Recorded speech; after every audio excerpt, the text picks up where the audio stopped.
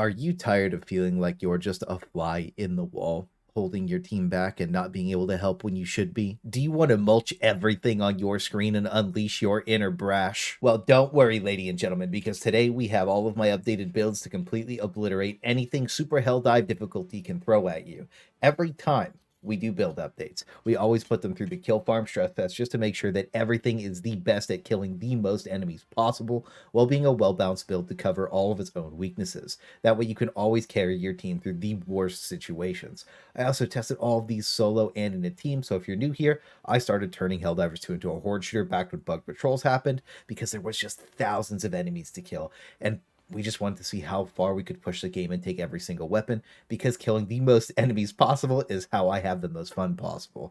And with the addition of all the new stuff, it's time we updated our builds for every faction, because the last builds video was just about Illuminate, and the next time I do a build update video will probably be after the next balance pass. And every text guide you see is linked in the description, and always updated my useful stuff channel first in my Discord as we test everything on stream. So lighting this off, we'll start with the Terminid build update. It just does make a little more sense when you know spawn seeds. So this guide is linked down below already again and is updated for the current patch. This will be what you run into the vast majority of time that you load into a planet, and this will counter every single one of these. So we did change a few things up since the last setup, but I'm about to bugs is back and better than ever. Strat wise, I want to think of a way that one person could handle all the chaff, but then we handled all the everything. So with breaches lasting a lot longer and more bugs pouring out, we needed some stuff to lock it down, and there was nothing better for the job than Orbital Napalm Barrage. It's always been the I want that grid deleted strat, and it gets insane value on the bugs. We also take an Eagle Napalm because 3 of them back to back will also cover an entire breaches chaff by itself,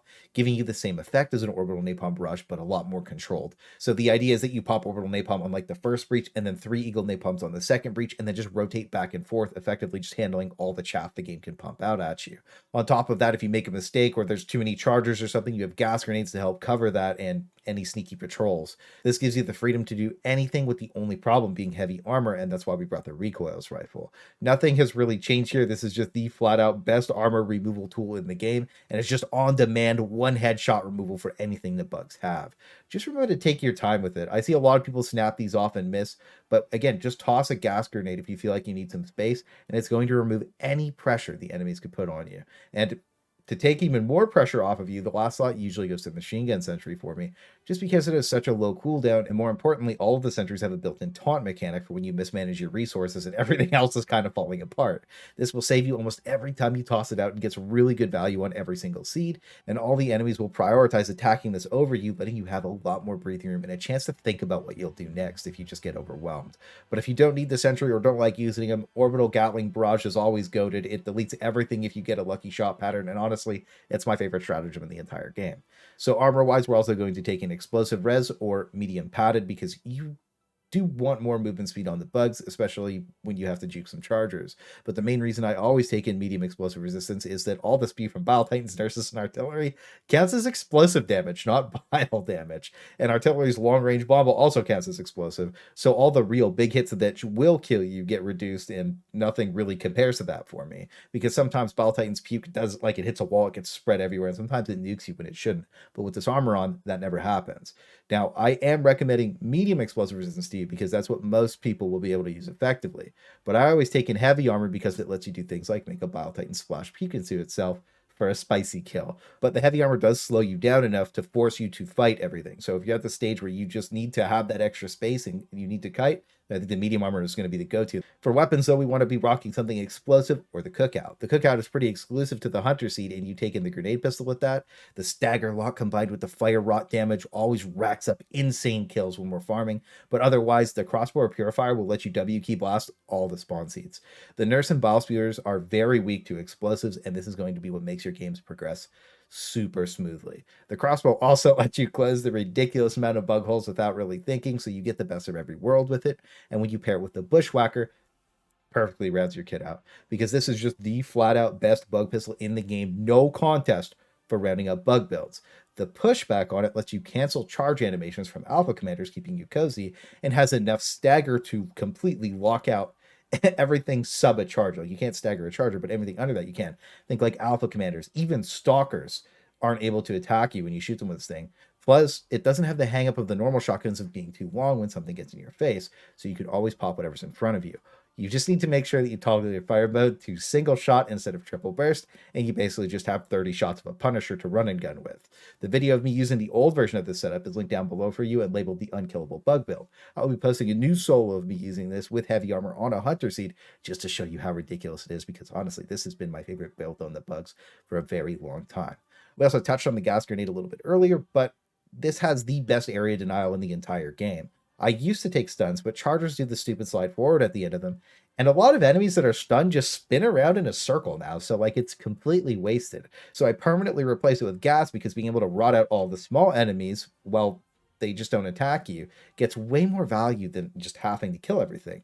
The only threats on the bugs become Bile Titans and Impalers, because they're the only ones that are immune to the gas confusion effect. This is uncontested the best grenade for controlling the flow of the game on all three factions, and it's not something that you should sleep on. It sucks that it's in the Chemical Agents War bot, because it's the only reason worth buying it, but it's so good that it's worth taking in almost every single time if you really just want to lock a win in.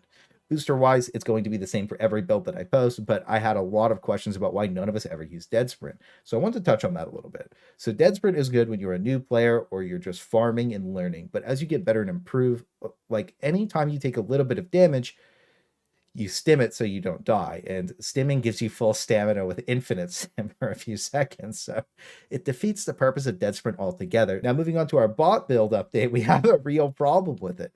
It's so good at killing them that if you run into 3 detector towers, you're going to crash your game.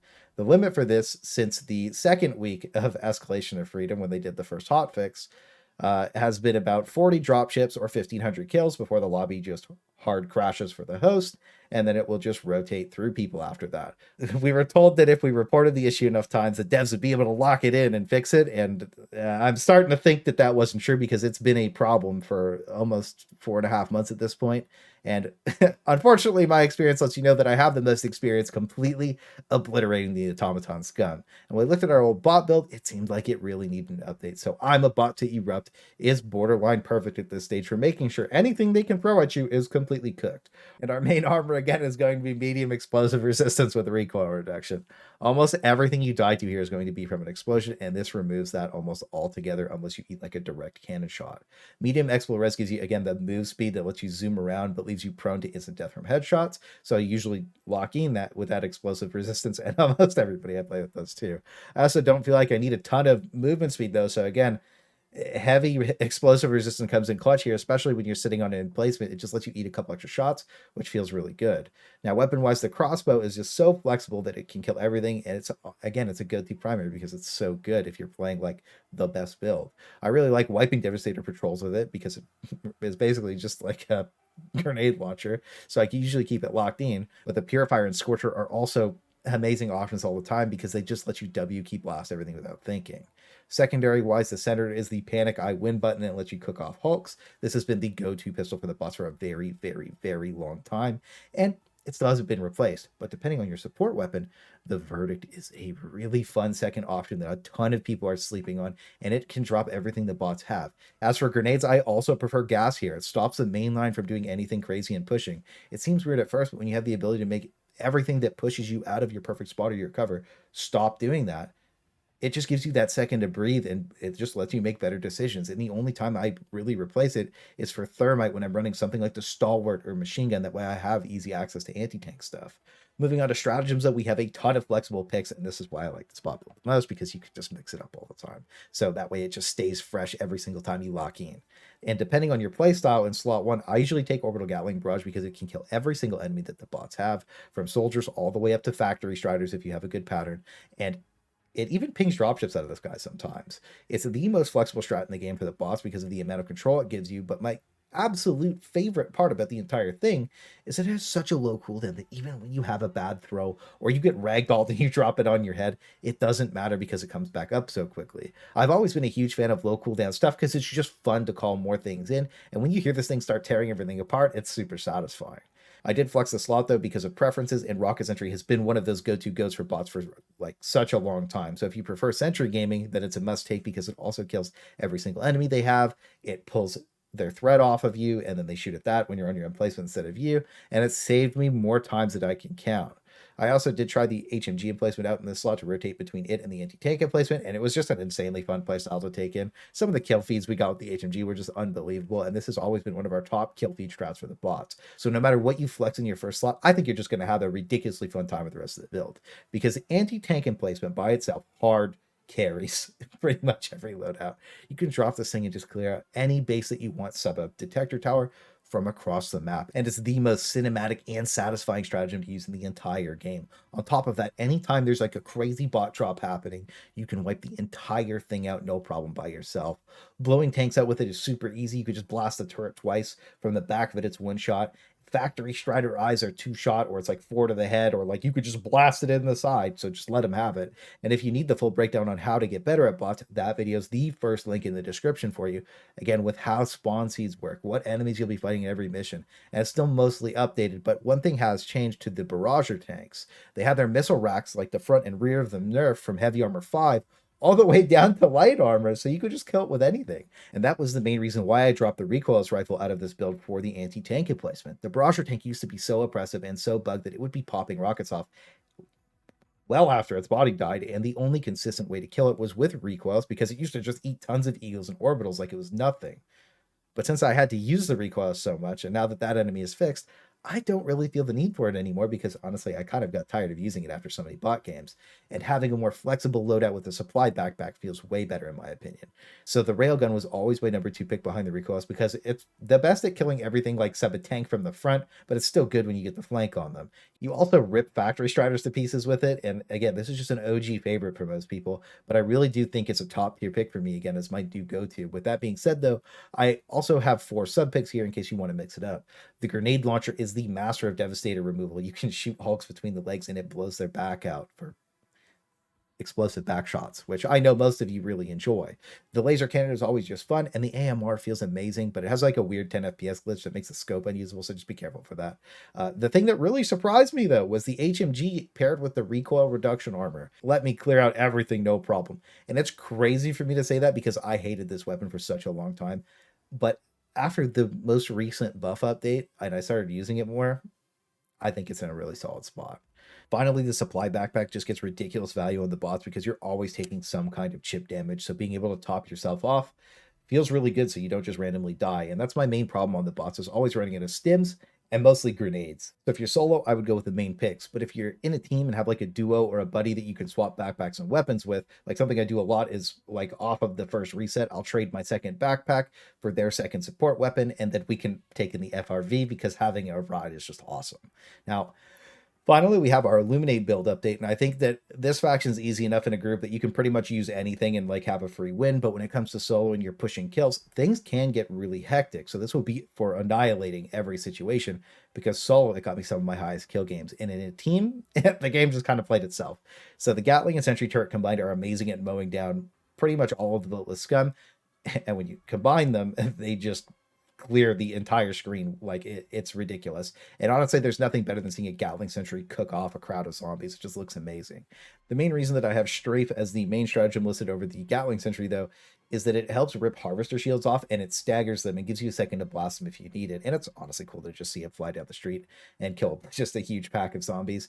And again, like Strafe is just a really solid go-to strat on all 3 factions, but it works really well here as a setup tool, and it makes a ton of noise if you just want to attract more attention and kill more zombies. Support weapon wise though, I really am heavily leaning into the machine gun, because after dropping 3 harvesters in 1 magazine, I really felt like it couldn't get much better. Plus, it's so fun, cool, and thematic to use that it's hard to put down. And it's also great at killing all the elites. So I think that this is like the safest bet for the most DACA. But after playing around a bit, I really like the laser variant for this too. So it's either the machine gun with the bullet guard dog for me, or the laser cannon with the laser guard dog, because I just think it's cool to have both of these combined, and it just looks awesome. So nothing really beats that cool factor. The laser cannon also beams out any of the elite heads in like 1 second, and can easily rip the harvester weak point on the leg if you break the shields first, because the beams aren't great at breaking shields for some reason. But moving on to the main loadout, I almost always take in siege armor because it just makes the primary weapons feel so much better to use. And with it affecting support weapons, it just feels even better. I just really hope they don't nerf that because I don't think that it overly breaks the game, and it's not a must take for me on the other two factions. And even here, sometimes I just prefer to take the medium explosive res with the recoil reduction so that I can like beam everything across the map without thinking. Main weapon wise, I really love the Purifier here because it's just so strong, but I also really like taking in like the DCS, the Torture, the Scorcher, the Crossbow, and the Sickle. But the sleeper weapon for me was the Plasma Punisher. It's surprisingly good at horde clear, and it's fun to dust off for a couple of missions because, you know, I never really use it on the bugs and the bots anymore. But on the squids, I've gotten some pretty crazy kill feeds. And pistol wise, I think that the verdict is just, again, it's one of the flat out best pistols in the game for me ever since it got medium peen. It's been blasting holes in pretty much everything, and that's no different here. This is the perfect pull it out John Wick style I started blasting weapon, and you see me use it in almost every game that I play on stream, mainly because it's so cool, but it also handles everything the Illuminate have insanely well. As for grenade, I prefer the impact incendiaries here because impact never bounce out of Illuminate warp ship spawners, so it always detonates them. And I really like the way the fire kills the voteless because burning zombies is just really cool, but gas is just, it's better because it just stops everything from attacking you altogether. But not everybody has all the cool toys, so we always have to talk about the cadet build that doesn't require you to buy anything. I think that across the board, everything you take in here has a high enough impact on the game that we've mostly explained so far that you can just blow out whatever situation you need to. When we played this one on stream, we all had over like 10k shots fired at the end of the game. It was just really fun to do. And I think that the normal Liberator feels good on the squids if you're just starting the game, and that's probably the best faction to learn on because it's a lot easier than the other two because you don't really need anti-tank for it. But our best all-around build is going to be the Mudang God Legend setup. This is the I want to just go in and win setup versus all three factions. If you just like, you don't really know what to play and you just want to win, this is it. 380 for grid removal with Gatling Barrage for blasting, and then supply backpack with railgun lets you have infinite resources to kill everything on screen. And I honestly think you could just flex any primary weapon in here and you'll be fine. And last but certainly not least, we have to include the most fun build in the entire game, Super Earth's finest disposables. This always makes it into every single build video for me because being disposable and doing the most fun, cool, and interesting thing you can think of is what Helldivers 2 is all about. It's not about metagaming. It's about doing the coolest thing possible. The theory of this is that all four people bring all the disposable strategies in the game and just throw them everywhere on cooldown. That way, if anyone dies, they can just grab something new and the emplacements get left behind. But if you have to kite back, you have a huge base of operations and enough anti-tank to level the city. This build is awesome because it just promotes tons of team play. And anytime I get somebody new that wants to come play something super thematic on stream, every single one of my friends loves playing this build because it's the most fun. Every single time I talk to someone, it's the most fun they've had on the game. And that's why I always include it. Every situation, every moment, you're always ready to start blasting. And that's why it's my personal favorite build in the entire game. Especially with the addition of the stun baton, when you just run into melee with PP Armor's huge melee damage buff, you can just mulch everything. And then when you start blasting with the spray and pray, it's just cool, especially when you're just full auto shotting zombies. So I hope you guys have fun with all my build updates and start stacking up some wins. I'll be doing more build updates again, probably after the next balance pass, but I really wanted to focus on what I think is the best at killing the most enemies possible here because there's so many new people, and I've been getting a lot of questions about like what I like to use the most for kill farming on all three of the factions. And I've been getting a lot of new faces come into the stream and just jumping in some games with me, so it's been a blast meeting so many of you, and I can't wait to blast some more missions with y'all. But that's going to be all for now, and I hope you're all having an amazing new year.